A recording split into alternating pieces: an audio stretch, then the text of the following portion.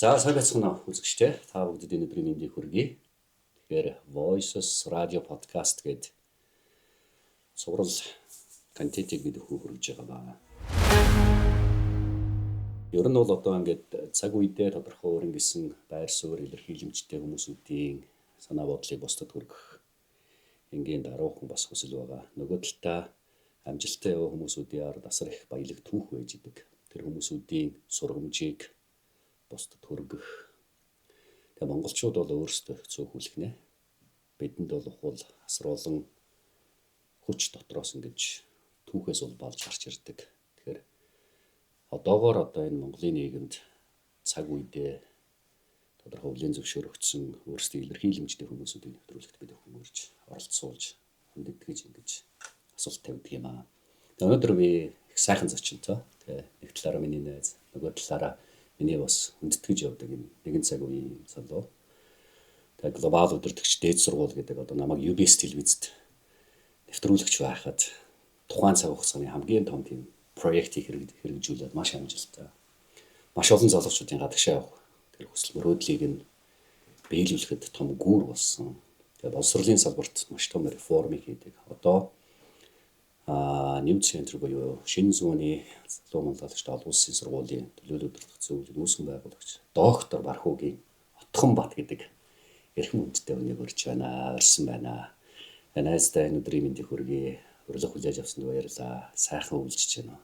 За баярлалаа. Оюутныхаа подкастт бас орж байгаад их баяртай байна. Хоёроос найзууд тэгээд бас ингээд сайхан чөлөөтэй ярилцах боломж олгосонд баярлалаа. Ер нь оюутныхаа энэ Voices гэдэг энэ Америкт ч хоёроос байхад дээр үед л ярьдаг байсан тийм ээ. Одоо Voices гэдэг Voice of America гэдэг тэрэнд би ажиллах мөрөөдөлтэй гэдэг. Тэр мөрөөдлийнхөө юмыг бодит болгоод ингээд найзуудаа урьж байгаад их баяртай байна. Тэгээд амжилт хүсье. UBS телевиз гэдэг энэ байгууллагын нэг тийм глобал удирдагч гэдэг нэг том төсөл. Энэ талаар бол өөрөө их олон телевизэд ярилцлага өгсөн. Тэгэхдээ энийг миний хувьд бол бас нэг сонирхож асууж байгаа гол үндсэг юу вэ гэвэл тэр нэвтрүүлгийн сэтэл тэр сан тэр боловсролын чиглэлд явъя гэдэг нэг юм өөрөө чинь нэг зорилго хүсэл мөрөөдөл шүү дээ. Энэ хизээнээс эхэлж бүрэлдэж бий болсон юм болоо. Юу өөрийг чинь ингэж боловсролд одоо боловсролтой болохгүй бол болохгүй гэдэг ийм хатуу итгэл үнэмшлэг гүнбат суулгаваа. Балхачаа захиралтай уулзаал бид нар ингээд энэ глобал удирдагч гэх нэвтрүүлэг хиймээр байна. Залуучууд ингээд гадагшаа явдаг, 100% тэтгэлгээр явдаг ийм гой санаа байна гэдэг. Тэгээ балхаа захиралч гэсэн айгүйх дэмжиж бид нар UBS телевиз дээр баг 7-нд 2 удаа гівшээ штэ тий. Ингээд ажиллаж исэн. За тэгээ глобал удирдагч гэдэг нэвтрүүлгийн маань цаана мэдээж глобал удирдагч цаана. За өнөөдрийн глобал удирдагч их сургууль байгаа штэ. Тэгээ бид нар бол анх би ч нэг анх ингээл Австрали, Америкт төгсч бол Австрали магистр хамгаалчаал ингээл анх ирээл глобал удирдагч хөтөлбөр гэдэг юмнаас л ингээл эхэлж исэн. Тэгээд тэр хөтөлбөр маань бол ер нь айл бүрийн хүүхдийг Америкт сургая гэдэг те. Тэр нэг ийм афоризм маягийн бидний одоо эрхэм зорилго гэх юм уу, слоган гэх юм нэг тийм байгаа даа шүү дээ. Тэр чи юу вэ гэхээр ерөөсөө би ч нөгөө ингээл тухайн үед чи ингээд шар өстэй те ингээл өсөн ангич гэсэн те нөгөө гэлтэй залуучууд гээл бидний тэгдэг ус. Тэгээл нэг 5 залуу те ингээл гараад ирсэн. Манай Эрдэнэ олдын их бол за Батэрдэн те за гээл Жаданба бид хэд чи ингээл гарч ирэл. Тэгэл хамгийн гол санаа миний бодож исэн анх ингээл глобал удирдагч санг үүсгэн байгуулж ирсэн болохоор ингээд Монголын энэ одоо ядуурл авилах хэл ахуул энэ одоо маяг хэцүү юмыг яавал одоо янзлах юм бэ гэхээр ерөөсөө айл болгоноос нэг хүүхдийг Америк сургачих. Тэгээд тэр хүүхд нь Америкт одоо надтай адилхан очиод боловсролын боловсрол эзэмшээд хуржээд гэрийнх нэгэ тижээх юм байна гэдэг нэг ийм философид бүр амар гүн гүнзгий итгэжсэн баг. Тэгээд би өөрийнхөө төгсөн тэр Dickinson State их сургууль, Dickinson улсын их сургуулийн ерөнхийлөгчтэй яриад тухайн үед тэр Lee Vickers гэдэг ерөнхийлөгч байсан. Тэгээд би юу яая? Ер нь танаас сургууль одоо өөрийнхөө төгсөн сургууль олон мянган залуучуудыг сургая. Та сургуулийн төлбөрөөр хөнгөлөөч энэ 60%-ийн хөнгөлтийг надад өгөөч гээ. Тэгээд тухайн үед зөвшөөрөөд нэг оюутан тань 100% тэтгэл өгөөч. Тэрийгээр чинь би ингээд UBS телевизтэй хамтраад глобал удирдагч энэ реалити одоо нэвтрүүлгийг хийя гэх. Тэгээ бид нар анхны оюутнууд маань Америкт очиж сураа. За дараа нь энэ төсөл маань өргөжөөд Campbell их сургууль ч гэдэг юм ингээд аягүй олон сургуулиуд ирж байгаа байхгүй.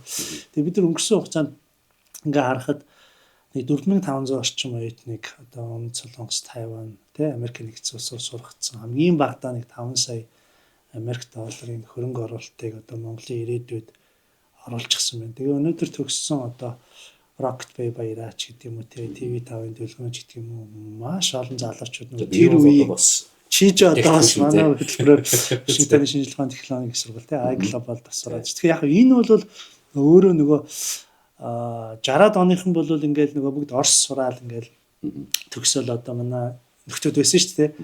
70-аад оныхын 80-аад оныхны нэг дараагийн давлгаа байсан байхгүй. Ерөөсөө энэ Америкт очиж энэ барууны өндөр хөгжилтэй оронд очиж тэндээс энэ мэдлэг ноу хау гэдгийг их орондоо авчиръя. Ингээд энэ нутагчулсан юмараа энэ ноу хаваараа бид нар Монголыг өөрчлөөл гэсэн ийм том зорилго дээр одоо мөрөөдөл дээр эрхэм зорилго дээр явсан учраас тэр маань нэлээд амжилттай болсон. Гэхдээ өнөөдөр тэр эрхэм зорилго алсын хараач гэдэг юм ерөөсөө өөрчлөгдөв. Яг л адилхан тэр ихтгэл өнөмшлөн надад хэвээрээ л баг. Өнөөдрийн энэ Монгол улсын болждоггүй байгаа олон асуудалтай холбоотой тэрийг энэ боловсролын салбартаа реформтой холбоотой ингэхгүй л болохгүй нэ гэсэн энэ том стратеги гэдэг юм сэтгэх ойлгомжтой гэж.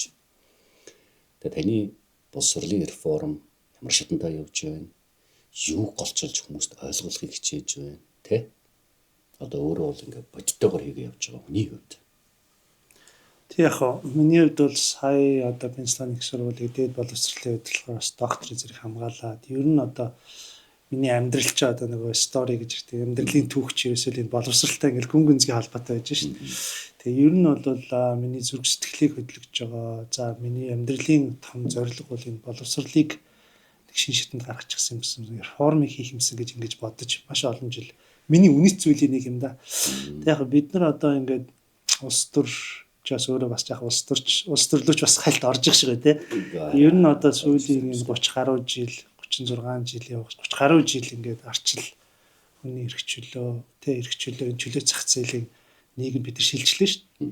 Тэгээ хүмүүс өнөөдөр ингээд за бид ингээд энэ улс төрчид гарч ирээд энэ их орныг хөгжүүлэх юм байна.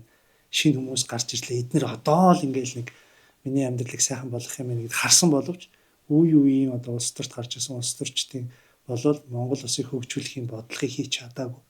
Улс төрчдийг олон дахин солисон боловч Монголын эдийн засаг цааш хосч чадав. Тэгэхээр 90-ад оноос хойш бидний нэг одоо нийгмийн шилжилтийн үед бол хамгийн том хаягдсан салбар бол өөрөө боловсролын салбар байгаа байхгүй. 90-ад оноос хойш бол энэ чөлөө зах зээл рүү ороход бол улс юу гэж бодсон гэхээр за ерөөсөө их сургуулиуд нь төлбөрөөр амьдрах. За хувийн сургуулиуд гараад ирэхтэй. Ингээд яваад эхэлж байгаа. Тэгээ ингээд яваад эхлэхийн үр дүнд юу болж байна гэхээр боловсролын салбар нь өөрөө ингээл томроод байгаа болж олон сургуулиуд нэгээл сургуульд хөрөнгө оруулаад байгаа болж ерөөсөө нэг чанарын тухай ярих болчихсон. Энэ боловсролоос гарч байгаа хүүхэд маань өнөөдөр одоо дунд сургуулиас зогсож байгаа хүүхдүүд дэлхийн түвшинд байна уу тий? Ирээдүйд одоо өнөөдөр ямар асуудал үүсэж байгаа гэхээр энэ хиймэл оюухан тий? Үйлдвэрлэлийн 4 дахь хувьсгал за энэ дижитал тий? Одоо Томас Фридманы анх нөгөө дэлхий бол хавтгай гэж гарч ирэл тий? За тэгээд дэлхий бол хавтгаагаас гадна одоо ингээл дижитал ертөнц тий? Энэ ертөнцид чинь энэ хүүхдүүд чинь бэлэн юм уу тий? Өнөөдөр хүүхд болгон хиймэл оюуханы талаар ойлголттой байхгүй бол ирээдүйдийн хүүхдүүд ямар одоо ажлын байранд явах. Одоо 5-аас 10 жилийн дараа бүх нөгөө ажлын байр ч өөрчлөгдөх чинь тий. Дэлхийн эдийн засгийн форумын судалгаач гарч байгаа ш. 5-аас 10 жилийн дараа өнөөдрийн ажил мэргэжлийн чинь 60 хүн шал өөр болох гэдэг. Наад захын англи хэлтэй болох, наад захын одоо програм бичдэг байх, наад захын хиймэл оюухан. Энэ бүх гадаад орчинд чинь маш их өөрчлөгдөд байгаа боловч Монгол улсын өөрийнх нь боловсролын бодлого, хөрөнгө оруулалтын бодлого энэ бүх юм чинь ингээд өөрчлөгдөх. Тэгээ өнөөдөр Монгол улс өөрөө одоо IMF-ийн судалгаагаар бол 1-ээс 3 тэрлион долларын уул орхон байлигтай тий. Гэтэл улс төрчид өнгөрсөн 30 жилийн хугацаанд энэ боловсролын салбар руу огт одоо хангалттай хөрөнгө оруулалт хийгээгүй. За боловсролын салбарыг бол нэг халамжийн салбар юм шиг боддог тий. Багш нарыг бол одоо багш нарын одоо сайн нэг боо юм болж нэг багш нар жаахан цалингаа өсгөлөө гэсэн чинь бас тэр нь худлаа болчихсон тийм. Харин тийм ээ. Тэгээд ингээд ахаар ерөөсө боловсролын салбар руу хөрөнгө оруулах юм байна тий. Тэгээд би бас нөгөө шинэ зууны өдөртөгч олон улсын сургууль Кембрижийн хөтөлбөрийг хэрэгжүүлж байгаа цөөн сургуулиудын нэг шүү дээ. Эн чинь юу харуулж байгаа нэхээр Монгол хүүхдүүд газар зүйн байршлаас үл хамааран ямар гэр бүл төснөөс үл хамааран ямар нийгмийн гаралтаас үл хамааран үндсэн хуулиар олгогдсон одоо чанартай боловсрол олгох эрхтэй. Тэр эрхийг бол бид нар энэ уул уурхаагаас олж байгаа энэ их олон триллион доллар шүү дээ. Энэ олон тэрбум долларыг өнөөдөр боловсрол руугаа оруулах. Эндээс бид нар одоо дэлхийд өрсөлдөх цаад дараагийн одоо Elon Musk, Монголын Elon Musk тийм Монголын Марк Закерберг, Монголын Jeff Bezos-ыг бид нар одоо бүтээх тэр хүний шин төлөвшүүлэхэд бол багш нар бол энэ үндэстнийг одоо бий болгож байгаа. Тэ баг цалингаар маш олон цаг ажиллаж байгаа. Энэ багш нартай бид нар үнэлэмжтэй илүү өндөр дэлхийн түвшний цалин өгөх ёстой. Би бол $1000 гэдэг байгаа шүү дээ. Минимум $1000. Хоёрдугаар тэр дэлхийн түвшний орчныг бий болгох ёстой. Дэлхийн түвшний орчинд гэдэг чинь сургуулийнхаа орчныг сайжруулах ёстой. За хөтөлбөрийг өөрчлөх ёстой гэдэг маш олон зүйлсүүдийг хийх ёстой болчиход байгаа. Дээд боловсролын салбар гэвэл бас хоёлаа бараг хэдэн цаг яв. За дээд боловсролын салбарыг байна. Тэгэхээр яг ер нь үндсэн санаа нь юу вэ гэхээр улс төрчдийн хамгийн хийж чадахгүй. За өмнөх засгийн газар, тэрний өмнөх засгийн газар юу хийж ийн гэхээр энэ уул уурхаагаас олж байгаа баялагийг мэдлэг цөөрөлсөн эдийн засаг руу тий ийм юм рүү хөрвүүлж чадахгүй. Энэ дээр төрийн бодлого маш олон жил алдаа гаргаж ирж байна. Бид нар өнөөдөр боловсролын салбараа реформ хийж тэр боловсролоос чанартай боловсролоос эзэмшиж байгаа хүмүүс маань үйлдвэрлэлийн салбар дээр инновацийг бий болгох хэрэгтэй. Дараагийн одоо Монголын Samsung-ыг, Монголын одоо Acer-ыг, Монголын Hyundai те энэ компаниудыг гаргах хэмжээний инновацийн эко орчныг бий болгох хэрэгтэй. Миний мөрөөдөл бол ерөөсөө миний зорилго бол яаж Монгол улсыг мэдлэг цөөрөлсөн ийм улс болгох вэ? Яаж боловсролоороо сайхан амьдардаг ийм улс болгоход би юу хийх ёстой вэ? Миний амьдралын зорилго бол энэ юм байна л гэдгээ ухаарсан байхгүй. Тэгээ тэрнийхээ төлөө л явж байгаа. Тийм учраас мэдээж хэцүү. Боловсролын салбарууд бол маш хэцүү. Үе үеийн сайд нар гарч ирэл хамгийн их баалуулдаг, хамгийн их нөдөлдөг, хамгийн их шүүмжлүүлдэг. Энэ салбарыг өөрчлөх хугацаа хэрэгтэй. Гэхдээ энэ салбарт урт хугацааны хөрөнгө оруулалт, урт хугацааны алсын арга энэ салбарыг ойлгодог хүмүүс орж бас ажиллах ёстой л гэж ингэж харж байна. Сэтгэл зүрх их чухал юм байна шийдвэр гаргахад. Тэгэхээр багш нарын одоо жишээ нь цалингийн асуудал, нийгмийн халамжийн асуудал, нөгөө талтай хүүхдүүдийн эн чинь нэг цаанаа ингээд нэг юм амьдралын чанартай хүүхдүүдийн одоо гэр бүлийн асуудалтай бүр үнэхээр суурьаараа холбогдоод байгаа байхгүй. Тэгэхээр ингээд өөрийн чинь хувьд одоо энэ засгийн газрыг өөрөө ол мэдж байгаа. Ямар нам засгалж байгаа, яаж явж байгаа. Маш шийдвэртэй. За хонх зохио нэг юм боловсролын салбар дээр нэг энэ зүйлийг одоо нэн дөрөвэй гэдэг гэвэл эхний 3 зүйлийг нэг. Ер нь бол одоо бид нар зүгээр том өндөр хөгжилтэй орнуудыг харилттай. Өнөөдөр Японыг яри, Өмнөд Солонгос ямар гайхамшигтай хөгжиж байна. Тайван, Сингапур энэ улсууд юу хийсэн бэ гэхээр 1950-60-аад оны үед төрөөс нь мөнгө гаргаад за ерөөсөө энэ барууны өндөр хөгжилтэй Америк, Герман энэ улсууд руу инженерүүд бэлтээ. Тэгээд тэд нар хэдэн мянган залуучуудад төрөөс мөнгө гаргаад бүх зардлын дагаад явуулсан баг. Явуулаад за та нар гэхдээ бакалавр тогт явуул. Манай одоо өнөөдрийн бодлогын алдаа нь болохоор төрийн сангийн зээлэг гэж байгаа шүү дээ. Гадагшаа явж байгаа тэтгэлгээр маш олон бакалавр сурах хүүхдүүдийг сургаж. Энэ бол маш муу хөрөнгө оруулалт. Би хэрвээ өнөөдөр ерөнхий сайд байсан бол магистр, докторийн төвшөнд, агшин төвшөнд тэр чинь судлаач тийм нарийн мэдлэгийг ингэж авч ирэх хүмүүс байхгүй. Ноу хав авч ирэх хүмүүс. 10,000 залуучуудаа би бас энэ тагтан дээр ном дээр ч гэсэн бичсэн байж. 10,000 залуучуудыг Америк, Герман, Өмнөд Солонгос энэ өндөр хөгжилтэй мэдлэг шингэсэн том Тайван ч гэдэг юм те Хятад ч гэдэг юм энэ эдийн засгууд руу явуул. Магистр, доктор хамгаалаад тэндээс судалгаа. Тэгээд тэр хүмүүсийг буцаагаад ингээд 3 жилийн дараа доктор хамгаалаад ирэнгүүт нь том ийм судалгааны одоо Монголын хөгжлийн инновацийн судалгааны хүрээлэнг байгуулж. Энэ хүрээлэн дээр одоо хэдэн мянган докторуудыг цуглуулад усаас мөнгөний гаргаад энэ уулуурхад 40 мөнгө байгаа шүү дээ. Бид нар юусэн мөнгөгүй дэвших мөнгө нь байна. Энийг одоо юу ч юм уу тэг хөшөө ч юм уу ингээ ямар ширэггүй юм зарцуулж байгаа. За ингээ энэ хүмүүс Монголд ирээд Энэ хүмүүст нэг үүрэг. Тэр үүрэг нь юу юм бэ гэхээр за та нар судалгаагаа хартай Монгол улсад жишээл сэргийгт хэрчим хүчийг бид нар хөршүүддээ экспортлох ямар за сэргийгт хэрчим хүчний инновацийг бий болгох. За органик хүнстэй дэлхийн эдийн засгийн форум органик хүнсээр бид нар хятадын зах зээлд ямар хүнсийг бий болгох. За технологи бид нар өнөөдөр iPhone-тэй Samsung-тэй өрсөлдөх хэмжээний гар утсыг хийж болох уу? Ямар аппликейшн хиймэл оюун ухаанд бид нар Монгол жишээлбэл хиймэл оюун ухааны дата центр тий Монгол шиг одоо ийм сэрүүхэн уур амьсгалтай юм дээр надад бас нэг тийм хэлжсэн байхгүй нэг профессор хэлжсэн байхгүй танаа Монголд дата центр хийгээд тэр дата центрээ заруул яасан бэ гэд. Ингээд Монгол улс экспортлдог бүтээгдэхүүнээ экспортлдог жижиг дунд үйлдвэрлэл дээрээ суурилсан мэдлэг суурилсан маш өндөр түвшний боловсралтай маш өндөр орлоготой ийм одоо Сингапур шиг улс болох боломж байгаа байхгүй. Энийг бид нэр 10 жилийн хугацаанд хийх боломжтой. Яаж гэж эхний 3 жилд бид нар 10,000 инженерийг сургана. Төгсөж ирлээ улсаас тэр гарааны компани бий болгох стартапуудыг инновацийн төслүүдийг санхүүжүүлнэ. Дараа нь бид нар тэрийг патентжуулна одоо commercialize гэж зах зээл рүү нэвтрүүлнэ тийм үү. Төрийн үүрэг юу байх вэ гэхээр өнөөдөр боловсролын сайдын аж үйлдвэрийн сайдын сангийн сайдын үүрэг юу вэ? Ерөнхий сайдын үүрэг юу вэ гэхээр энэ патентлагдаад гарсан Монголын брэндүүдийг дэлхийд гаргах хэрэгтэй. Тэ одоо Хятад очоод Оросд очоод Америкт очоод одоо мөнгө гуугаад ах гэхээс илүү танаа зах зээл бид нар бүтээгдэхүүнээ гаргая. Манайх нэг ийм гар утас хийсэн юм аа, ийм цахилгаан машин хийсэн юм аа. Энийг та нар зараад өгөөч. Зарахад туслаад өгөө зах зээлийн нэг энэ ерөөсөө штэ Монголын хөгжлийн суурь философи энд байна.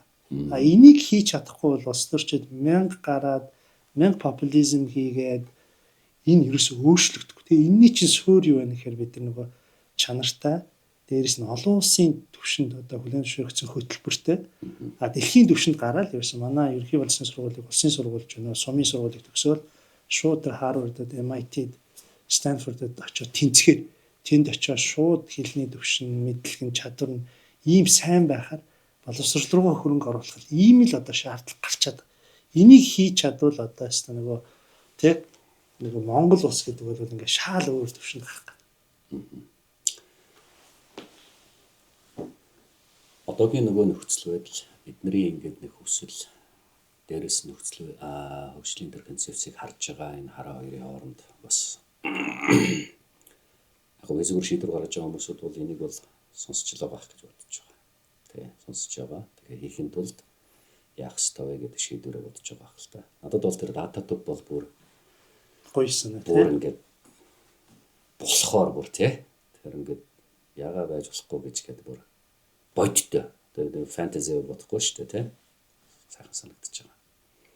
За боловсролын энэ сэдвийг хүрэх өнтгөр одоо бид нар програм ярина, багш ярина, хүүхдүүдийн дээрээс нь ерөнхий боловсрол эзэн дээр байна. За одоо яг ингээд багш нарын хувьд сонирхдаг одоо дөрөвний өрөөж нэг $1000 гэдэг шиг. Багш нарын цалин өнгийг нэмэх асуудал дээр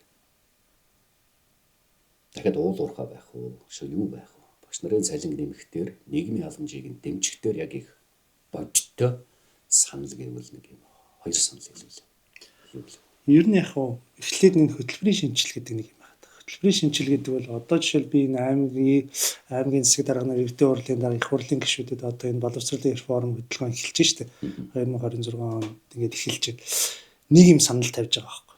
Би бас спонсор гишүүдтэй ч уулзаад өнгөрсөн 7 хоног санал тавьсан. Ямар зүйлийг санал тавьж байгаа гэхээр та нар тойрог дээрээ одоо бүх аймаг дүүрэгт ядаж нэг Кембриж хөтөлбөр хийя гэж. Кембриж хөтөлбөр юм уу эсвэл IB хөтөлбөр International Baccalaureate гэж ярьдаг те эсвэл Massachusetts ч юм уу одоо олон улсад хүлээн зөвшөөрөгдсөн судалгаанд суралцсан маш олон хөтөлбөрүүд байна. Энэ хөтөлбөрүүдийг оруулаад ирэхээр яадаг вэ гэхээр тэр багш ингээд хүснээ заадаг байхгүй. Тэг хүснээ самбар дээр бичээд дуртай юмаа заадаг байхгүй. Тэр чинь ингээд судалгаанд суралцсан байнга өөрчлөж Кембриж хөтөлбөр гэхэд 10,000 сургууль зааж Кембриж их сургууль өөрөө тэрийг сайжруулж байгаа. Нэгдүгürt маш хүчтэй хөтөлбөрийг одоо баян айлын хүүхд байна уу, ядуу айлын хүүхд хамаагүй, суманд байна уу, зайсанд байна хамаагүй. Энэ боловсролын тэгшүүс байдал байгаа учраас бид нар энэ олон улсын хөтөлбөрийг улс даяар нэгдүгürt хэрэгжүүлэх хэрэгтэй гэж гаргах шээ. Хоёрдугаар энэ хөтөлбөрийг заах багш хэрэгтэй шүү дээ. Тэнд 1000 гоё одоо Кембрижийн хөтөлбөр байгаад энэ багш ч өөрөө англи хэлгүй тий өөрөө мэдлэг нь авах нь энэ багш нарыг чадахжуулахын тулд төрөөс мөнгө гаргах хэрэгтэй. Энэ хүмүүсийг доктор гадаадд магистр хамгаалал доктор хамгаалуулах. За ингээд яа. Тэгэхээр ташраар нь ингэж хамруулж бүгднгийн цалингийн нэмээ тий. Энд чинь нөгөө дахиад нөгөө халамжийн бодлого болчихж байгаа. Цалингийн өндөр тавьчих хамаагүй. Одоо нөгөө Финландд ч ярьдаг шүү дээ. Хамгийн өндөр ээжтэй өндөр оноо авсан хамгийн чадвартай хүмүүс өнөөдөр Финланд, Норвегид бол багш болдог. Тэр багш маш тогтвортой ажилтдаг, маш өндөр цалинтай. Гэхдээ тэр багш болох шалгуур маш өндөр. Тэгэхээр нөгөө мерит тогтолцоо гэдэг яриад байгаа шүү дээ. Багш өөрөө чадвартай байвал цалин нэмэгддэг. Тэрийг одоо энэ хөтөлбөрийг хамруулж байгаа хүүхдтэй үр дүн гаргаж, үр дүн суурилсан мерит тогтолцоо хэрэгжүүлээд багш нар дотроос өрсөлдөх ёстой. Түүнээс хамгийн муу ээжтэй хүүхд хамгийн одоо чадваргүй хүүхд багш болохоор яах вэ? Тэр хүүхд очиод нэг тийм олигтой бас хичээл заахгүй. Тэгэхээр бид нар ингээд хөтөлбөрөө өөрчлөх ёстой. За энэ одоо багшийнхаа ур чадварыг өөрчлөх ёстой. Эндээс төрөөс мөнгө гаргах хэрэгтэй. За тэгээд мэдээж одоо хүүхдтэйгээ ажиллах ёстой. Хүүхдтэйгээ ажиллахад энэ чинь англи хэлтэй болоод хиймэл оюун ухааны ур чадварт очсон хүүхд өссөн өнөөдөр чат GPT гарцсан, интернет гарцсан хүүхдийг бол багш гэдэг бол зүгээр ингээд чиглүүлэгч шүү дээ. Facilitator болохоос биш нэг амар ингээд одоо манай дээр бид нэг самбар дээр бичээл ингээд нэг хүүхдийн тал үгүй баг. Тэр хүүхдийг хөгжих, бие даах, чөлөө сэтгэлгээтэй болгох, entrepreneurial сэтгэлгээтэй болгох, бүтэц сэтгэлгээтэй болгоход нь энэ хөтөлбөрүүд чи өөрөө одоо чиглүүлж өгдөг байхгүй. Ингээд явахаар аяанда энэ одоо салбар чи ингээд реформ хийгдээд эхэлнэ. Би зүгээр боддtiin сумын хүүхдэд яаж Кембрижийн хөтөлбөрийг англи хэл сурах боломжийг олох, яаж хиймэл оюун ухааныг бий болгох вэ гэхээр өнөөдөр технологи тий дижитал юм байна, онлайн платформуд маш их байна. Энүүгээр дамжуулаад газар зүйн энэ бэрхшээл, зардлын бэрхшээл энэ бүх юмнуудыг байх шийдэх боломжтой. Хамгийн гол нь энэ салбараа мэддэг, реформо ойлгодог сайд гарч ирэхгүй шүү. Чи ерөөс ингээд нэг популизм хийгээл ерөөс ингээд нэг тийм хинд юу гэж хэлвэл гоё байна гэдэг нэг тийм юу гэж хэлвэл аягүй гоё таалагдах олон лайк авах уу гэдэг өнцгөөс хараад хараад боловсролын салбар чи өөрөө юм улс төрийн популизм эсвэл хин нэгэн хүн очиод ингээд бодлогоор нь тоглодог, самардаг тэгээд ингээд популизм хийдэг болчихсон. Улс төрчийнх нь бас их тийм хувийн харизм их чухал юм байл шүү дээ. Одоо жишээ нь хамгийн ойрхны одоо саяны ярьдаг сэдв дээр багш нарын асуудал дээр цалин нэмэх асуудал ярьсан шүү дээ. Тэгэхэд шүүгч нар чинь ийм байна. Тэгэхэд багш нарын энэ төрлийн өнгөтлөн тэгээд үгүй шүүгч нар ч их цөөхөн. Багш нар гэдэг чинь олон байхгүй юу энэ төр гэдэг тийм тайлбар хэлээ зогсчихсан үнийг харчихсан байна. Яг нэг талаараа тийм тайлбар хэлж байгаа боловч нөгөө талдаа тэр салбарыг авч явж байгаа нэг юм салбарын нэг юм сайд гэдэг нэг юм статус төр очсон хүн байна шүү дээ. Тэр хүний улс төрийн мандатад бас их чухал юм байна да. Бас их тийм тэр дундуур ингээд тоглолт гэдэг юм уу да. Яг өдөр нэг концепц урагшлуулах гэж шүү дээ. Үнэн дээр тэр анх хүсчихсэн тэр нөгөө төсөв өнгөн дээр нь аваачиж болохоор байсан үг бол болохоор харагдаж байгаа юм дээр тэр боломжоо ашиглаж чадахгүй. Засгийн газрын одоо шийдвэрээр гэдэг нэг юм. Гэхдээ яг нөгөө боловсролын сайд гэдэг бол кабинетийн нэг гишүүн баг. Яг дээр нь ерөнхий сайд ч юм их хурал ч юм өөрөө энэ боловсролын реформын хөтөлбөрийг одоо тэ зөвшөөрөө дээрээс нь одоо улсын төсвийн тэдэн хувийг GDP-ийн тэдэн хувь ч гэдэг юм уу те уул уурхаагаас нь оюутлогоос орж иж байгаа мөнгөний тэдэн хувийг энэ хөгжлийн сан руу те боловсролын реформ сан руу зарцуулъя гэдэг мөнгөний шийдэж өгөхгүй болохоор 1000 тэнд нэг хүн гараад тэр олон багшийн сонирхол тэр олон сургуулийн асуудлыг даана гэдэг бол тэр эрх мэдэлтэнд асар их ачаал өгч байгаа. Би бол тэр боловсролын сайд хийж байгаа нь бас зарим үед бас өрөвддөг байхгүй. Тэр хүн яах юм 1000 өрчтгөөд энэ мөнгө байхгүй бол эцсийн дүндээ мөнгө хөрөнгө оруулалт байхгүй бол энэ салбарч өөр маш хүнд салбар учраас эхлээд нөгөө улс төрийн намууд их улс төрчид их хурлын гишүүд засгийн газар өөрөө энэ дээр энэ бодлогыг өөрөө хүлээж авах хэрэгтэй. Ерөөсөө үйлдвэрлэлийн бодлого жижиг дунд үйлдвэрлэлийг хөгжүүлэх энэ бодлого Монголын хөгжлийн философи зам гарц чинь боловсролын реформоос доороос явах юм байна. За Багдад ерөнхий боловсролын реформ хийх юм дараа нь их сургуулиудаа дэлхийн түвшний их сургууль болгох юм байна. Тэгээд дэлхийн ранкинд яаж гаргах юм. За ингээд дараа нь тэр инновац одоо кластер гэж яриад байгаа. Үйлдвэрлэлийн кластеруудыг яаж хийх юм. Би бас энэ тагтан дээр ном дээр бас бичсэн байгаа. Би ч өөрөө Harvard Business School одоо Майкл Портерийг шааш штэ. Тэгээ Майкл Портер юугаараа аз байдаг одоо алдартай гэхээр дэлхий дээр одоо Портерийн өрсөлдөх одоо өрсөлдөх чадварыг онол гэдээ байгаа штэ. Тэрэн дээр ерөөсөө энэ улс үндэстнгүүд юугаар өрсөлдөх юм бэ гэхээр тэр бизнесийн эко орчноор л өрсөлддөг юм байна л. Одоо жишээлбэл Сингапурч Америкийн мужууд тэгдэж шүү. Мужууч гэсэн айд одоо Калифорни гэхэд дарсараа тий. За Сингапур гэхэд одоо тэр дэлхийн түвшиний үйлчлэгээ санхүүгийн үйлчлэгээ Гонконг одоо гэдэг ч юм. Монгол жишээлбэл бүх салбарт чадахгүй. За тэр бид нар бүх жимийг мэддэг биш. Бид нар юунд өрсөлдөх юм гэхээр за органик хүнсч гэдэг юм уу тий. За эсвэл эсрэгтгэгч юм ч гэдэг юм Монголын нөгөө уулуурхай хөдөө аж ахуйн баялаг дээрээ суйрлаа шүү дээ. Угаасаа бид нар хол явахгүй. Тэгэхээр энэ дээрээ бид нар өрсөлдөе. Тэгвэл тийм кластер бий болгоо тий. Одоо юу гэдэг уул хүнс гэх юм бол тий хөдөө аж ахуйн мах заа сүв бүтээгдэхүүн гэл мал аж ахуй дээр суйрлсан байгалийн ажил дээр суйрлсан кластер чинь өөрөө Монголыг баян ус болгох байхгүй. Тэгэхээр энэ бодлого ч байхгүй болохоор ерөөсөө ингээд нэг хүн гарч ирээл ингээд нэг дээшээ харж хөвтөж байгаа л биш нэг ийм санаачлал зүгээр ч юм уу гэл те. Тэгэл ингээд ямар ч хоорондоо уялдаа холбоогүй ямар нэг юм тийм алсын стратеги юм тактиканда одоо авцалдаагүй хуулийн төслүүд батлаад ингээд хоорондоо өрсөлдөөл те. Амьдрал ямар үр дүнгүй байгаа хөө. Тэгэхээр бид нар бол одоо айгүй тийм бодлоготой зөв байх хэрэгтэй. Би ч гэсэн одоо мэдээж би бол арчилсан намд те өвбөхийн гишүүний хувьд одоо дараагийн сонгуул дээр чинь арчилсан намыг энэ баялаг бүтээгчдэд дэмжсэн те одоо жижиг дунд үйлдвэрлэлээ дэмжсэн үйлдвэрлэлийн бодлого дээрээ суурилсан хувь хүний эрх чөлөө энэ дээрээ суурилсан мэдлэг одоо суурилсан эдийн засгийг бий болох ийм хөгжлийн бодлогыг одоо хийхэд нь би өөрөө хувь нэмэр оруулна гэж одоо оруулахаар ажиллаж байгаа. Тэгээ энэ боловсролын реформ ч гэсэн энэ бодлогын суурийг тавих гэж байгаа. Тэгээд болно гой лооз яах вэ те. Тэгээ сонгуул болохоор ингээ гой лооз яриад ста бараг л тэр биш ах. Урт хугацаанд бид нэг одоо би бол Сингапурын Ли Куан Югийн бас номнуудыг уншдаг. Ер нь Сингапур өөрөө яаж хөгжсөн тэр жижиг арал те яаж дэлхийн түвшний ус болсон бэ гэхээр Сингапурын одоо тэр нөгөө дараа буураа орноос хөгжилтэй орн болсон гэдэг ном гарч байгаа. Тэрийг ингээ уншиж байгаа. Ерөөсөө бид нар энэ дэлхийн түвшний Монгол болох хэрэгтэй байхгүй. Тэ одоо Монголд та нар ирээд банка байгуулах чөлөөт Монгол та нар одоо Intel юм уу Apple тэ хурж ирээд үйлдвэрээ байгуул болон Монгол хүнийг ажилтаа тэ Монгол хүн тэр одоо Intel-ийн үйлдвэр дотор ягаад чип яаж хийдэг гэдэг ноу-хауг Монгол хүн авч байгаа байхгүй. Тэр компаниас Intel-с татвар авч яах гэдэг. Бид тэр газар гаргаж өгөөд за манад ажил. За Apple, Tesla хурж ирээд үйлдвэрээ байгуул. Машины чинь энд үйлдвэрлэл. Гэхдээ бид нар Монгол хүн тэр Tesla-гийн машиныг хийх технологиг судалж шít. Одоо та нар Вьетнамыг хардаа.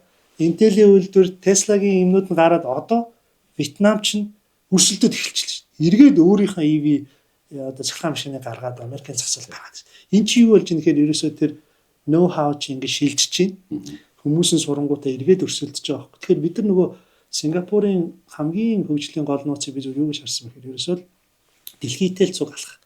Дэлхийн том бизнесүүдийн хөрөнгө оруулалтыг FDI те хөрөнгө оруулалтуудыг татчих. Тэнд нь доктортой одоо орчныг бий болгож хууль эрх зүйн орчин. Одоо Монголд хүмүүс хөрөнгө оруулалт дурггүй шүү дээ. Тэгэхээр бодлого нь ойлгомжгүй төрийн дарамттай байнга солигддог. Ер нь Монголд одоо бол бизнес хийж байгаа хүмүүс гаднаас хөрөнгө оруулах юм шиг татчих бол маш хүнд байна. Тэгэхээр эн чинь докторгүй төртэй юм чи. Тэг бодлого нь докторгүй. Айгүй л нэг мөнгө алдна хөрөнгө оруулалтаар. Ийм байгаад хахаар ер нь дэлхийн түвшний Монгол гэдэг юм чи бий болох юм уу?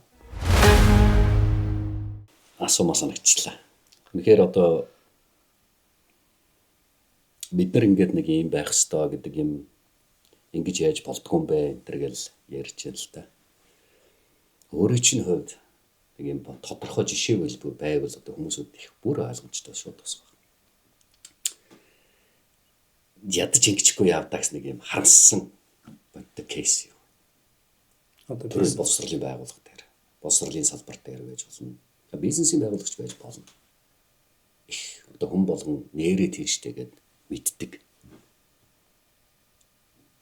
Тийм кейс. Гэхдээ ер нь маш олон засгийн газрын буруу шийдвэрээс болоод Маш олон кейсүүд байгаа шүү дээ. Чи одоо ингээд Маш судалгаа харах юм бол угаасаа FTA гадаадын шууд хөрөнгө оруулалт угаасаа буурсан байгаа шүү дээ. Тий. Одоо ардчлан нам засаг барьж исэн 16 он тэр он зүйл 10 эдийн засаг 15% өсөлттэй байсан. Одоо өнөөдөр эдийн засаг ямар байна?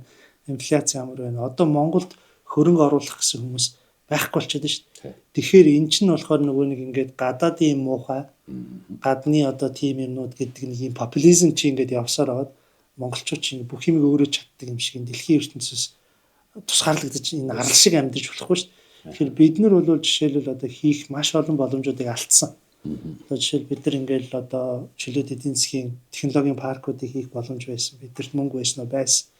Олон мянган залуучуудаа гадагшаа явуулж одоо миний түрүүний хэлээд одоо 10 мянган инженерийг сурах мөнгө байсан уу байсан. Тэрийг хийгээгүй. За ингээл одоо дэлхийн компаниудыг бид нар өөрж болох. Одоо би өөрийнхөө л одоо жишээн дээр би бол бүх юмыг чаддаг хүн биш шүү дээ. Би одоо бүх салбарт ордог ч хүн биш. Би одоо өөрийнхөө салбар дээр хэлэхэд л Монголын одоо дээд боловсролын салбарыг дэлхийн түвшинд те миний докторийн судалгааны хөтөлбөрийн байгаа байхгүй. Одоо Монгол Улсын их сургууль шүтээсээр миний судалгааны ажил явж байгаа. Энэ сургуулиудыг энэ үндэсний брэндүүдэд те дэлхийн түвшинд гаргахад улс мөнгө гаргахаа болц. Тэгээ эн чинь юу харуулж байна гэхээр улс өөрөө дэлхийдээ алхахыг хүсэхгүй шүү дээ. Тэ дэлхийгээс хөрөнгө татахыг хүсэхгүй байна. Дэлхийн стандарт руу явахыг хүсэхгүй байна. Ингээд ахаар чи ерөөсө Монгол гэдэг бас чи ерөөсө юм нэг тийм хоцрогдсон буцаагаал нэг Африкийн орнууд чи болох гэдэг шүү дээ. Авилгадаа идэгдсэн. Тэгээ нэг хэдэн улс төрчин хувааж иддэг. Ийм байгаад хахаар Монгол улс цаашаа явах уугүй те. Тиймээс бид нар их тийм транспарент болох хэрэгтэй. Илүү тийм хуулийн ойлгомжтой, хөрөнгө оруулалтын татвар нь ойлгомжтой, гадны хүмүүсийг одоо өрсөн те. Бид нар тэр мэдлэгийг тэр компаниудыг оруулж ирж сорж авна шүү дээ. Яг л тайлбарладаг тайлбарууд нь бас л бид нар бол ийм хоёр хүн хөрштэй геополитикийн хувьд ийм хит бүх юмыг нээлттэй байлгахаар бас болохгүй байна. Одоо тийм байгаа хувийн зах зээл рүү өнгөрсөн 7 хоногт ч гэсэн бас төрийн өмчтөй компани болон төсвөөр дамжуулж одоо зах зээлд эргэлдэж байгаа нэг дайцгүй бараг 70% байна. Өөрөөр хэлбэл энэ Монгол улс яг энэ замаараа явбал ер нь одоо тоталитар дэглэмтэй нэг коммунист улсаас ч ялгаагүй боллоо гэдэг. Харан тавьж байна л да. Тэгээ нөгөө талдаа яг энэ бүхний чинь цаана энэ улсын их хурлын энэ тодорхой бодлого шийдвэр гаргаж байгаа хүмүүсүүдээ нэг юм шийдвэр гаргалтын нэг юм үнцэг байгаа даа шүү дээ. Одоо нөхцөлөд л нэг тийм байна. Одоо бид нар яах вэ? Одоогийн засгийн газрыг одоо шийдвэр гаргахдаа ядаж нэг юм дэлхийн энэ нүгд байгаа 192 орны нэг шүү гэдгээрээ хаалга ийм хэмжээнд нэгээч гэдэг юм. Одоо райлгыг гэдэг юм уу та. Эний чинь цаана бизнес явж байна. Боловсрол хүний хөгжил явж байна. Бид нар яг өөрөө чинь түрүүний хэлдгээр эндээ ингээ байхад тахгүй ойлгомжтой. Одоо бид нар яах вэ? Дахиад л эргэл гараад гуугаал явах хэрэгтэй. Үйлдэл эхний 1 2 3 үйл. Миний бодлоор өнгөрсөн жилүүдийн улс төрийн бодлогууд юмнуудыг харж байгаад бол төрийн оролцоо хэд их гэж. Ер нь чөлөө зах зээл дээр цонхон төртэй. Хувийн хвшил өөрөө энэ мотор чинь хувийн хвшлийн төрлийн мотор шүү дээ. Энэ мотор чинь өөрөө ингээд алдаагаа засаад явах хэрэгтэй байхгүй. Одоо жишээлбэл ингээд харж байхад төр бүх юмыг шийдэн, төр бүх бизнес руу орно. Төр чинь өөрөө эргээд хувийн хвшилтэйгээ өрсөлдөд эхэлчихэж байгаа. Тэнгүүд өнөөдрийн одоо бизнесүүд юу гэж хийж төр чинь миний зах зээлийг болоогаад эхэллээ. Төр чинь надтай өрсөлдөд эхэллээ. Төр бол татвараа авах хэрэгтэй. Төр бол бизнесийн орчныг бий бол мэдээж үндснийхээ одоо салбаруудыг хамгаална шүү дээ. Мэдээж одоо бүх юмаа задгаалчихгүй шүү дээ. Өнөөдөр өмнө Солонгосыг санаж байгаа шүү дээ. Одоо аль ерөнхийлөгч нь үлээ тэр чинь бүх хилээ хаагаал. За та нар бүгдээр бүх юмаа үйлдвэрлэл те. Аягаа үйлдвэрлэл, нойлын цаасаа үйлдвэрлэл. Тэгээд нэг мэдсэн чи өмнө Солонгос өнөөдөр өмнө Солонгос хүн болгонтой уулзахад ширээн доороос нэг юм гаргаж ирдэг шүү дээ. Нэг бараа гаргаж ирдэг шүү дээ. Чи энэ гоо сайхны барааг нэг Монголдо зарчаач. Би бүр ингэж амар гайхдаг. Гэхдээ ямар лаг юм бэ? Одоо нэг өвгөн те 60 та өвгөн тэгж хэл. Оо ёстой. Амар энтерпренeur те. Өмнө Солонгос өнөө дэлхийд одоо өрсөлдөх чадвараа 6 дахь инновац бүхий эдийн засаг гэж байна. Гэтэл Монгол хүн болгонтой уулзахаар бүгд нэг юм цүнх барьцсан нэг улс төр те. Нэг юм төсөл байна уу? За танил тал байна уу гэдэг юм те. Тэр Монгол хүнд ерөөс өнөөдөр би бараа хий, бүтээгдэхүүн хий, инновац хийгээд дэлхийд гаргая гэдэг мөрөөдөл байхгүй байхгүй. Тэр хүн зүгээр яаж нэг дараагийн цүнхийг бариад ч юм эсвэл нэг ингэчүүл мөнгөтэй болчихоо. Ерөөс нэг тийм амархан мөнгөтэй болчихвол гэдэг нэг иймэрхүү философиг маш гүн гүнзгий соёл чи өөрөө суулгасан байна. Энэ улс төрийн culture гэж юм яриад байгаа соёл гэдэг. Энэ нийгмийн соёлыг бид нэр ингээд өөрчлөхийн тулд хүмүүс боловсрлоосоо л эхлэн тийм боловсрал дээр очиж тэгэхээр хүн болон хүүхд болгон би ирээдүйд өөрийнхөө мэдлэгээр сайхан амьдрах юм биш үү? Би энэ даргаас хамаарахгүй юм байна. Би энэ хорооны даргаас одоо надад халамж өгөөч гэж би бодохгүй. Би энэ боловсрлоор л сайхан амьдрна гэдэг энэ имийг аюул сан суулгаж өгвөл Монгол улс ирээдүйд одоо ингээд маш өөр болно. Тэгээ хүссэн үсэг бид нар дэлхийдээ өрсөлдөж байгаа. Дэлхийдээ бид нар өрсөлдөхөөс ч арга байхгүй. Тэгэхээр бид нар тийм хэрэгтэй эргээл нөгөө англи хэл чинь маш чухал тий. Химэл оюухан компьютер технологийн энэ ур чадвар маш чухал. Энэ ур чадруудаа өгмөр байна, урагшлуулмаар байна. Энэ дээр л одоо өөрчлөлт хийхгүй бол өнөөдрийн улс төрт байгаа усуудыг бид нар өөрчлөх маш хэцүү. Энэ хүмүүсийг өөрчлөхийн тулд одоо сонгуулаар л цэвэрлэхтэй болж байгаа. Харин тийм ээ. Одоо яг тэгэхээс өөр л замгүй болоод байна. Би бас зүгээр ус төржөд байгаа юм биш. Ер нь бол нэг юм надад их зөвөр мэдрэгдсэн. Та ардчилсан Монгол улсын иргэн мөн үү гэвэл хэн ч үгүй гэхгүй. Өөрөөр хэлбэл Монгол хүн бол эрхчлэнтэй юм цаагаараа ингээд хайртай байна шүү дээ. Тэр нь өнөөдрийн энэ тогтолцоон дээр улс төрийн хувьд бол ардчилсан юм байна л та. Тэгэхээр ингээд одоогийн өрсөлдөж байгаа бусад намууд нь бие л ялж ивэл гэдэг нэг ийм өнцгөр биш. Дотор зүрх сэтгэл нь бид нэр энэ ардчилсан тогтолцоо сонгоцсон шүү. Тэрийг нь одоо тэр ардчилсан намч гэсэн бас өмчлөөд авах шаардлага байхгүй. Тэгэд энэ балансыг ойлгох энэ хүрэх дүртэл бас их хугацаа бас шаардлагатай байдаг юм байна л да. Одоо энэ шүү цаашаа яавал илүү яг энэ үнэт зүйлсийг хадгалаад дэлхийд нээлттэй байх энэ шийдвэр гаргалт болгон дээр одоо энэ философиг дотроо боддог болох уу? Юу тэгж асуувал зүгээр. Ардчилсан нам ер нь угаасаа л мөрийн хөтөлбөртөө нэг том юмыг байн гэрдэг шүү дээ. Нөгөө чинэлэг дундаж давхрах гэдэг яриад байгаа шүү дээ. Тэгэхээр чинэлэг дундаж давхрах чи юу хийдэг вэ гэхээр хүн амын 60% те 60% нь харьцангуй одоо боловсралтай өөрийн гэсэн толгоогоор одоо шийдвэрээ гаргадаг боломжийн амьдралтай болчихоор улс төрийн тогтолцоо өөрөө ингээд авилах ч юм уу энэ одоо юмнасаа салчиж байгаа байхгүй. Тэгэхээр нөгөө нэг шимэгч төр гэж яриад байгаа шүү дээ. Хэрвээ одоо юу гэдгийг ард иргэд нь боловсролн чадвар нь боловсролн муу мэдээлэлгүй ядуу ийм байгаад ах юм бол хүн амын ихэнх нь тийм байгаад ах юм бол улс төрчид эдгээр чинь ингээл тоглоол тий мөнгө өгөөл тий халамж өгөөл ингээл очиод гоё яриад зүрх сэтгэлийн татаал морь уралдуулаад ингээл иймэрхүү аргаар аргалаа л. Тэгэл нөгөөдөл нь ингээл эргээл саналаа өгөөл ингээл яваа. Тэгэхээр энэ ч нэг юм чөтгөрийн тойрог байгаа зү. Тэгэхээр чинэлэг дундаж давхрыг бий болгохын тулд бид нар дахиад нөгөө боловсролын реформ хийх хэрэгтэй. Дахиад нөгөө хүүхдүүдэд бие даасан болгох хэрэгтэй. Эртнээс энэ монголчууд нэг юм даа юу юм энэ коммунизмын юм бахалта. Ер нь 90-ад оны өмнөх нэг Оросын систем. Одоо бид нар бол ингээ баруунд нэг жаахан задарсан хүмүүс шүү дээ. Ингээл нэг Америк гэдэрт олон жил байсан ус чи ингээл цаанаас ингээл ер нь бизнес энтерпренeur те одоо шинийг бүтээгч байж чи ингээд баялаг бүтээн баялаг сайхан бүтээсэн баялагаараа сайхан амьдрах гэдэг философи шүү дээ Америкч. Монголчуудад тэр нэг баг байд юм шиг надад санагдав. Ингээл бизнес хий гэж байгаа юм бүтээ гэж байгаа айгүй ховорхон. Ерөөсөө залуучууд өнөөдөр ингээл ерөөсөө төрлүүл арах. Юу чи хайчих гээд байгаа юм төрд очиод чи ингээд амар баг цалинтай сая төгрөгийн цалинтай чи гэдэг бүр одоо өнөө чи дэлгүүрт ороод нэг тортой хүнс авахад л 3-400 мянга болчихоо шүү дээ. Тэгээ чи 2 удаа дэлгүүрт орох мөнгөийг яах гээд байгаа юм гэхээр гайлгах таахгүй тий. Би ингээд 12 дахь ингээд хүүхдэд лекц уншаа явдаг байхгүй. Багш болох уу? За хэдэн багш болох чинь гээл тэгэхээр 2 хүүхд гараа. Гүш яаж байгаа юм бэ гээл тэгэхээр маань хөөхий багшаа бодоод байгаа. Багш болохоор ядуу байх юм байна хэцүү байх. Багш болох хүсэл. За татвар гайл нийгмийн даатгалтай болохгүй бүгд яраад л. Гэхдээ та нар чи яах гэж байгаа гэдэг. Тэгэхээр тэрний цаана ах их чинь ч юм уу нэг юм хилээд өгсөн байгаа. За миний дүү гайл даруй юм байдэн шүү те харагдаад шүү дээ. Тэгээ эн чи юу харуулж яах нэхэр Монгол ерөөсөө тэр чигтээ нэг юм төрд оруул гоё байдаг юм байна. Төрд оруул тэндээс юм босгох юм байна.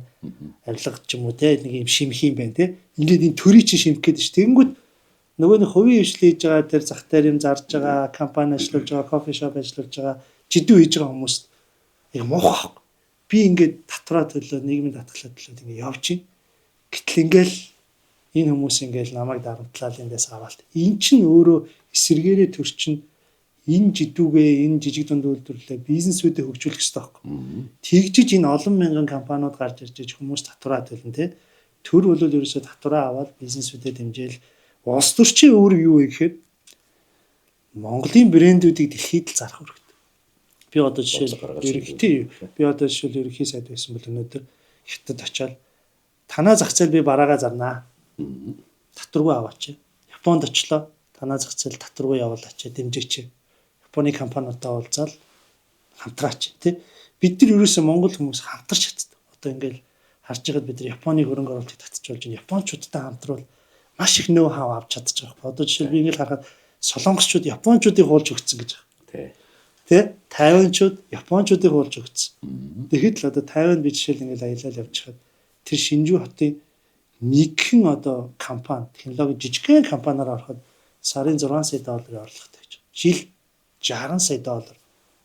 Тэ 100 гаруй төгрөгийн борлуулалттай компани гэж. Тэгэд юу хийдیں та нар гэдэг.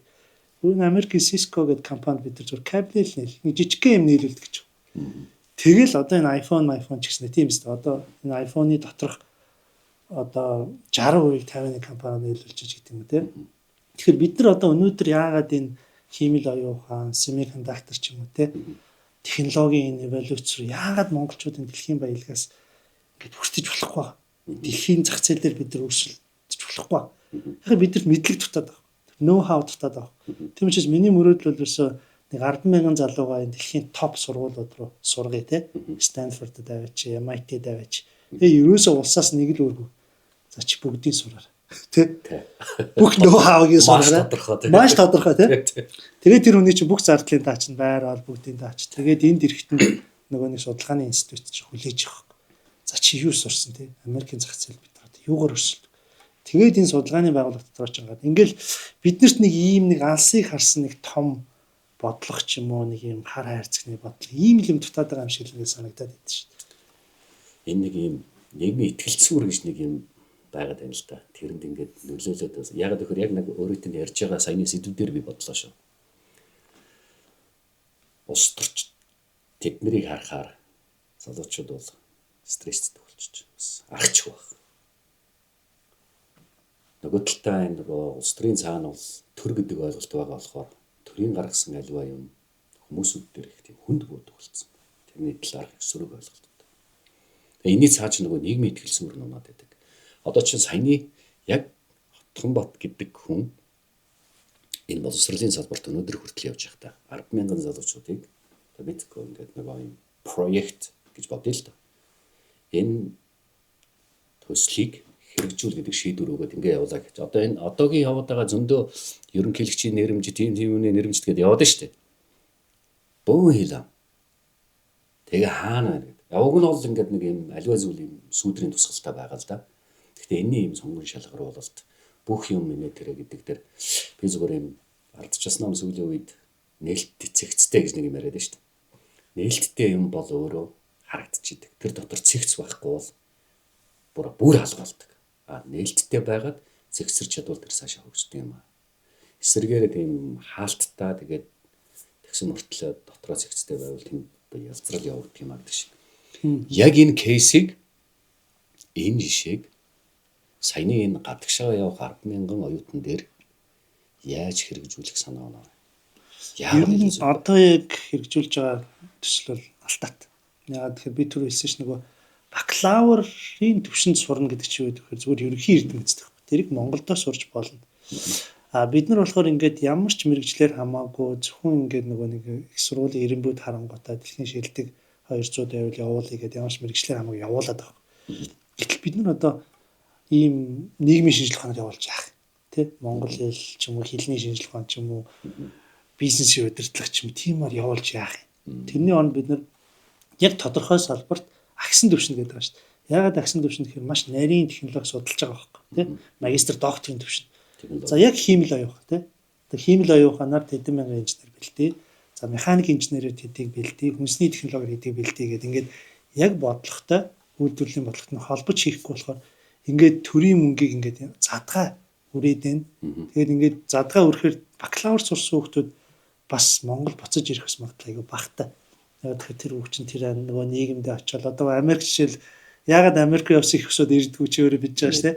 Тэнд очихоор гоё зам байдаг. Гоё аюулгүй тайван орчин байдаг. Боломжийн мөнгө хийгээд амьдарчдаг тийм. Энд гоё системд очихоор ч хүн буцаж ирэхийг хүсэхгүй байхгүй. А бид нар эндээс сонгон шалгаруулахдаа ингээд яг энэ салбартаа ажилласан тийм туршлагатай, химэл оюуханы чиглэлээр судалгаа хийж байгаа хүсэлтэй мөлөлтэй ийм хүмүүсийг авчиад яг доктор сурах юм бол тэр хүн хурж ирээд шууд хийсэн юм хэрэгжүүлэх боломжтой байхгүй. Тэгэхээр иймэрхүү бодлогын алдаанууд бас зөндөө байна. Тэгээд юм билээ. Одоо шууд 10-аад төгсөөд шууд бакалавр руу явж байгаа тэр оюутны сэтгэл зүй, нийгмийн мэдрэмж, одоо сэтгэлийн хат, амьдралын тэр үндсэн философи төлөвшөл гэх их олон юм. Магистр яг өөрөө чинь хэлдгээр тэднэр бол хэрэг ургийн юмыг бол бас шазуур зугаа босоод ирэх нэг юм учиртай энэ төр болсон байгаа байхгүй. Тийм сайн миний тэр нөгөө докторийн судалгаан дээр би чинь шүтис мойстер хийсэн шүү дээ. Тэгээ нөгөө гандамар сайдын үед бас арчилсан намын бас нэг зөв хийсэн бодлого би үнэхээр бас ойлгосон. Шүтисээс мойсаас нэг 200 300 орчим одоо багш нар оюутнуудыг магистр доктор сургасан юм бил. Бас тэр Косэн гэдгээр ч гэсэндээ бакалавр сургаж одоо ч хүргэжилж байгаа юм бил. Тэгээ өнөөдөр одоо Монгол Улсын их сургууль сая дэлхийн одоо 90-нд нэг 2000 дээр гарлаа шүү дээ. 1500-аас дээш гарлаа өнгөрсөн жил. Тэр чи юу харж байгаа гэхээр тэр залуучууд доктор хамгаалж ирээд Японыхаа профессоруудтай одоо лаборатори дээр оруулж ирээд Япон солонгосын профессоруудтай ажиллаад тэгээ судалгаа хийгээд тэр судалгааныхын үрдүүд Монголын их сургуулиуд бас тодорхой хэмжээгээр дэлхийн ирэмбэнд орж байгаа байхгүй юу. Тэгэхээр эн чи юу харуулж байгаа гэхээр тэр Япон одоо нөгөө мянган инженерийн төсөл байгаа шүү дээ. MG төсөл гэж ярьдаг. Мянган инженерийн төсөл чи өнөөдөр Монголын их сургуулиудыг бас дэлхийн түвшинд гаргах хэмжээнд үр дүнгээ үзүүлсэн байгаа байхгүй юу. Одтой төсөл болчиход. Тэгэхээр иймэрхүү төслүүдийг жишээл их сургуулийн засаглалыг дэмжигч байд юм уу те их сургуулийг одоо илүү жишээл одоо улсын сургуулиуд төлбөрөө чөлөөтэй тогтоох хэрэг мэдэл алга. Ректорээ сонгох хэрэг мэдэл алга. За тэгээ гадаад тий одоо энэ улс төрийн нөлөөтэй байж шүү дээ энэ төрийн өмчийн сургуулиуд ч. Тэгээ гаднаас мөнгө босгох тий хувийн хвшилтэй хамт төрөөс хянжиж гэдэг юм. Ингээд энэ нөгөө нэг эргээл нөгөө нэг одоо нөгөө коммунизмын нэг майндсет шүү дээ. Төр бүх юмыг удирдна. Төр мэднэ гэдэг нэг ийм философич өөрөө явж хувийн хвшлийг удаашруулж гин хөгжлийг удаашруулж гин нэг ийм л юм байгаад байна. Тэгээ бид нар энэ эхлээд майндсет энэ оюун сэтгэлгээг л өөрчлөөр сэтгэлгээний юм шал улс төрчд нь энэ хувийн хвшлээ явуулах хэрэгтэй. Одоо жишээл бидний сая боловсролын хуулийг ч гэсэн харж байхад ингээд ялгачдаг.